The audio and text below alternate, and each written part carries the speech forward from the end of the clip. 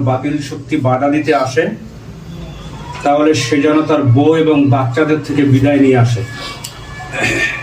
এই কথার অর্থ হলে আওয়ামী লীগ 16 বছর বাংলাদেশে রাজত্ব কায়েম করেছে। সামনে আমাদের 12 তারিখ 16 বছরের চাইতে সবচেয়ে বড় এবং চ্যালেঞ্জিং সময়।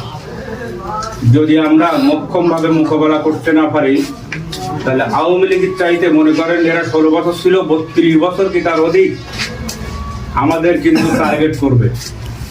কেউ কেউ বাড়ি থাকতে পারছিল, কেউ পারে নাই। কিন্তু এবার যদি আমরা এই গণেশ উল্টাতে না পারি, তাহলে কেউ কিন্তু বাদ যাব না।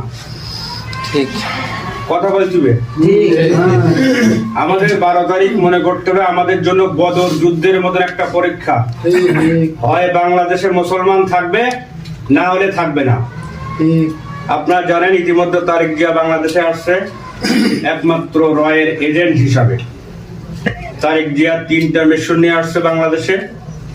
1 নাম্বার, বাংলাদেশ জামাত ইসলামকে নির্মূল করার যা যা করা লাগবে বিএনপি ক্ষমতায় গেলে এটা করবে। 2 নাম্বার, সামরিক সরঞ্জাম যুদ্ধক্ষেত্রে যত যা আছে যদি কিছু কেনা লাগে ভারতের নির্দেশে কিনতে হবে, না হলে কেনার ক্ষমতা থাকবে না। আর 3 নাম্বার, রাষ্ট্রের মূল কাজগুলো ভারতের নির্দেশে করতে হবে। কাজেই আমাদের এইটা মাথায় রাখতে হবে।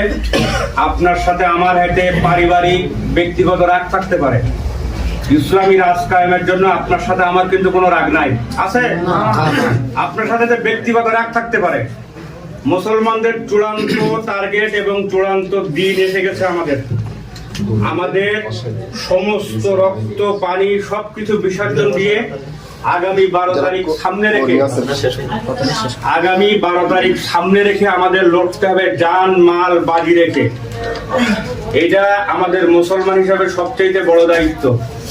বাংলাদেশ জামাত ইসলামের যে আল্লাহ সুযোগ করে দিছে, এবার যদি আল্লাহ না করুক, যদি আমাদের স্লিপ টানে, কশিন কালেও কিন্তু আমাদের সম্ভাবনার এই দিন আমরা দেখতে পাবো না।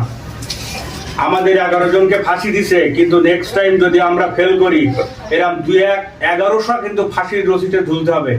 ঠিক। এজন্য ব্যক্তিগত সমসাময়িক রাগ থাকতে পারে। ইসলামী আন্দোলনের জন্য এক কাতারে দাঁড়িয়ে বাতিল শক্তির পায়ে মারিয়ে আমাদের কিন্তু এবার ইসলামকে সংসদে নিয়ে যেতে হবে। আমরা কি পারবো না? ইনশাআল্লাহ ইনশাআল্লাহ।